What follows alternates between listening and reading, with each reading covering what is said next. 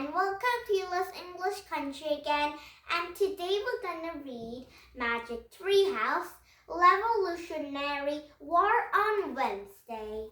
And today we'll start it at chapter 1 and then we end up reading at chapter 3.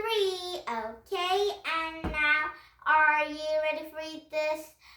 One book with 2 stories, and now here we go.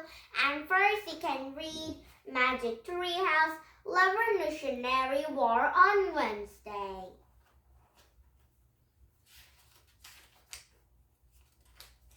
Now really starting.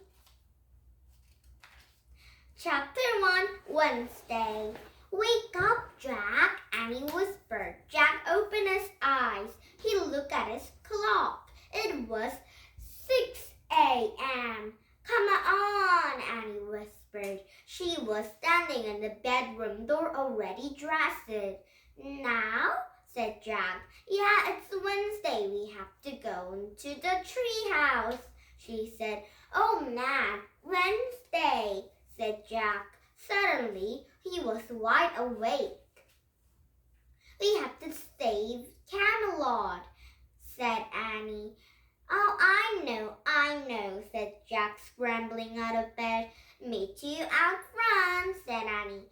And Jack quickly changed it into his jeans and t-shirt. He threw his notebook and pencil into his backpack, and then he slipped down the stairs and out in front door.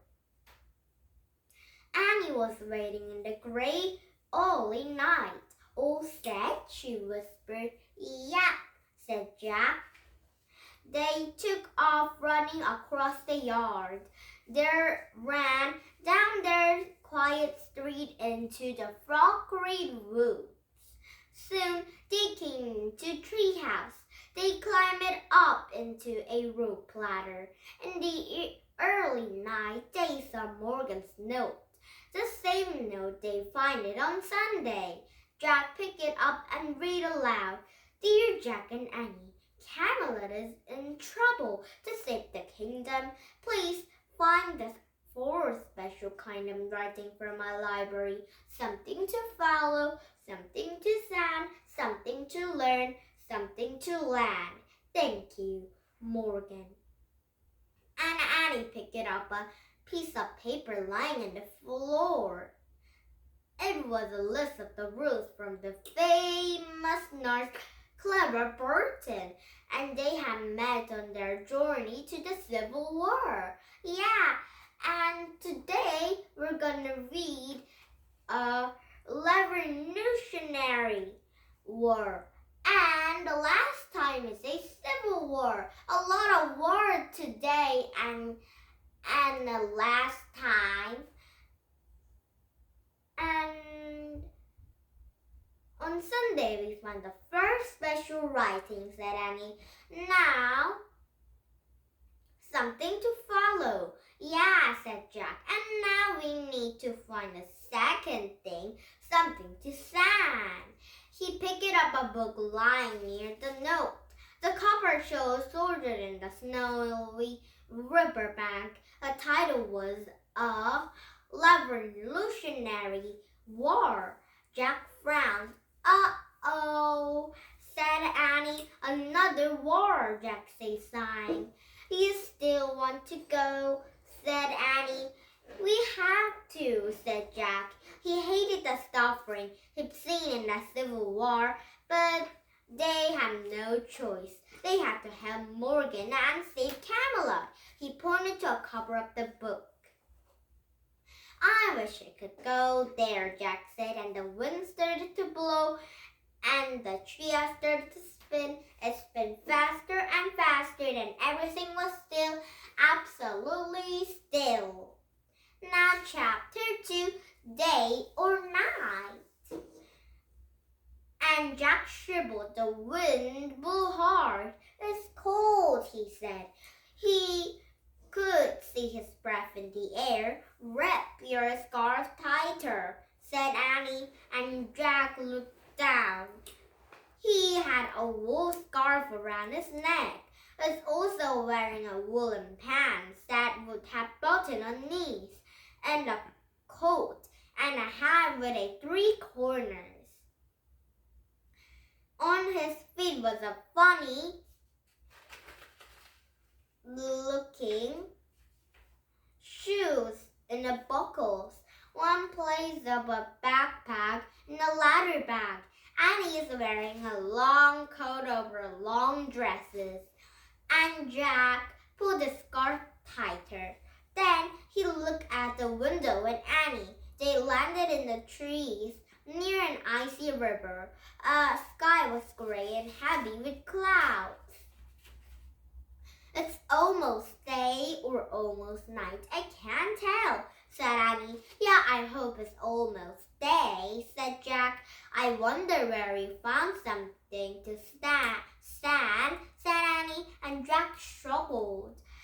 First, we have to find a revolutionary war, he said, and he opened his research book by the gray light and he read. Over 200 years ago, the United States was made up of 13 colonies by the Britain from 1775 until 1782. American territories fight for independence from Britain. It was called a Revolutionary War. Jack took this out of his notebook. He wrote, American territories fight from Incorporated bomb from Britain. And Jack turned the page. It was a picture of soldiers in red uniforms. And he read aloud. During the Revolutionary War, British soldiers in red uniforms. For this reason, they called they redcoats. Oh, if the soldiers wear a red uniforms, that soldier's name are redcoats. Oh, wow, snow, said Annie. Jack looked from his writing. Annie was holding a hand out of a window. A flock of snowflakes blew into a treehouse. Not much yet, said Jack, but we better find our special writing soon. Well, stop reading and come on, said Annie. She buttoned up her coat and then started down the ladder. Okay, said Jack. He packed his research book and then a notebook in it back. And he followed Annie. When they stepped into the ground, there are more snowflakes. The sky was growing darker. I'm afraid it's almost night instead of day, said Jack. Yeah, said Annie, looking around. Hey, look, people! She pointed to the river. In a misty distance of the fire, several men sat around at the fire. They all had muskets. Maybe they can help us, said Annie. She started away, but Jack grabbed her. Wait, I think they're soldiers, he said, and they have muskets. Remember the muskets from Civil War? The guns that the soldiers carry? Oh, yeah, said Annie. They might be redcoats, Jack said, and they sneaked closer and get better look at their uniforms. Quick, said Annie, before it's too dark to see. Now, chapter 3, it's time. It's time for what? I think Jack and Annie are going to see a redcoat soldiers. And now, the Anna reading this story, chapter 3, Revolutionary War on Wednesday story, and this Magitria's Revolutionary War on Wednesday story, and chapter 3 will start tomorrow, okay? And now, did you have fun? Euro's English Country come back with some this book, but not this story, because it might be a new chapter to read. Okay, so you'll be excited. Now, bye-bye, everybody, and please don't visit my YouTube. And bye-bye, everybody. Have a nice day.